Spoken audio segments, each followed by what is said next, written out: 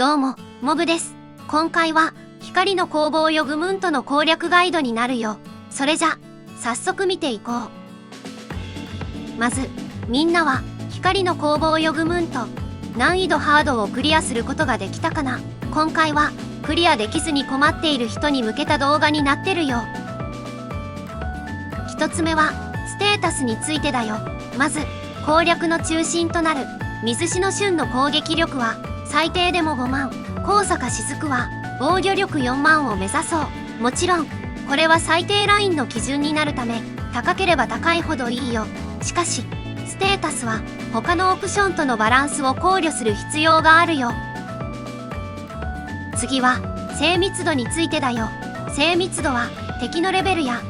推奨戦闘力を下回ると減少してしまうよ。また、推奨戦闘力を超えていて、実数値16065の場合は 82.29% になり、ストームブリンガーで 5% 増加しても 87.29% しかないよ。そのため 90% を保つためには18019の数値が必要になり、95% を保つためには21620に必要になるよ。また、精密度を増加させるには宝石が一番の手段になるよ。宝石は今回のアップデートで2ページ目が追加されたため、ちょうど良いタイミングになるね。また、水篠隼に関してはステータス振り分けでも精密度を増加することができるため、実数値を基準にして調整してみよう。次はクリティカル率についてだよ。クリティカル率は敵のレベル抵抗と推奨戦闘力を下回ることで大きく減少してしまうよ。そのため、基本的には実数値1万を超える必要があるけど、鋭い感覚のような外部要素で大きく漏れる場合には若干低めにとっても構わないよ。次はクリティカルダメージについてだよ。クリティカルダメージはクリティカル率と同様に敵のレベル抵抗で大きく減少してしまうよ。そのため、レベル120の敵基準では 200% を超えるように調整しよう。次は防御力貫通についてだよ。防御力貫通は敵の防御力が高いほど有効なステータスになるよ。そのため、ヨグムントの防御力を計測したところ、レンニオと同じ防御力を保持していることが分かったよ。そのため、防御力貫通はある程度必要になり、自分がクリアした時の高坂雫の防御力貫通 3% では低すぎるということになるよ。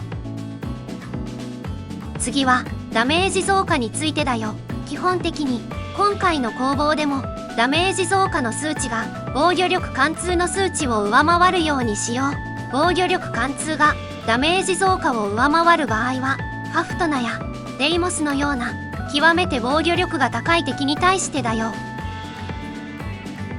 次はステータス振り分けについてだよ。今回の攻防でも基本的には筋力全振りか筋力と感覚振りをおすすめするよ。また、洞察を使用する場合には一定数値知能に振る必要があるね。さらにストームブリンガーや悪魔王の探検も筋力に300以上振る必要があるので注意しよう。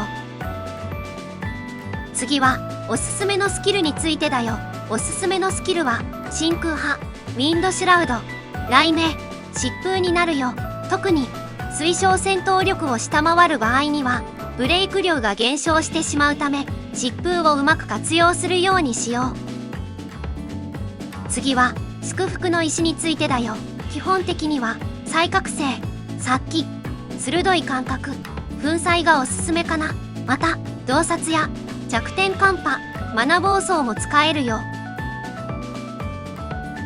次はアーティファクトについてだよ。基本的には水篠隼に援助、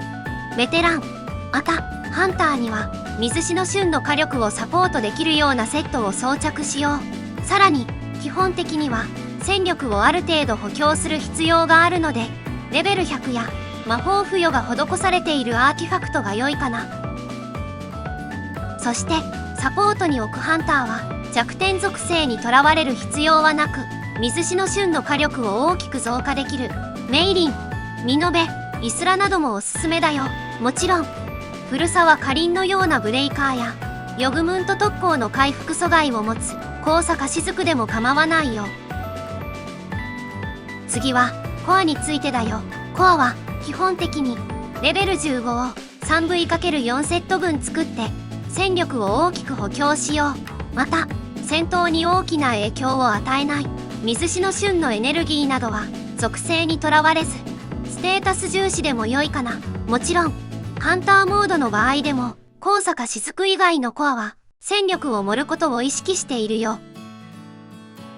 次はその戦力についてだよ。俺あらでは推奨戦闘力を基準に見えないバフデバフ要素が作動するよ。また推奨戦闘力を超えて最大限のバフを獲得するには約 3.862 倍の戦力が必要になるよ。さらに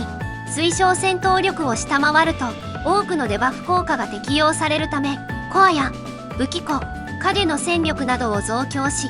少しでも推奨戦闘力を超えるようにしよう。最後に今回はハンターモードの方が難しい傾向にあるため立ち回りで注意することについてだよ。まずは一番重要なメイリンの専用武器の効果の対象を高坂雫にすることだよ。これは戦闘時の攻撃力を基準に行われハンター固有の補正倍率などが計算に含まれるためかなり複雑になるよ。しかしこの効果が高坂雫に適用されているかはメイリンのスキル2を使用することで簡単に確認することができるよ。さらに今回のアップデで高坂に特殊バフが発動しているためほとんどの人が攻撃力を調整しなくてもメイリン専用武器のバフが乗ると思うよ。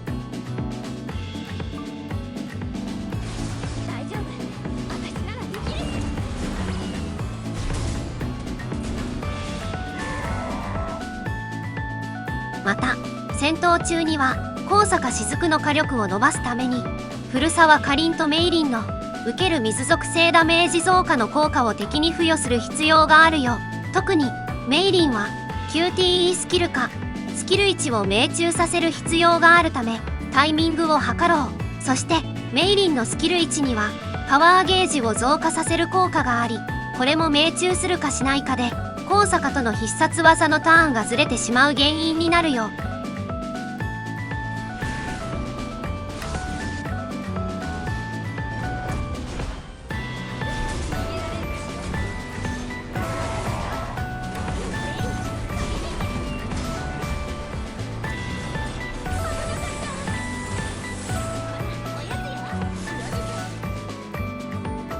今回の動画は以上になるよ。これからもこのチャンネルでは俺あらの動画をたくさん投稿するつもりだよ。よかったらチャンネル登録、高評価、コメントお願いします。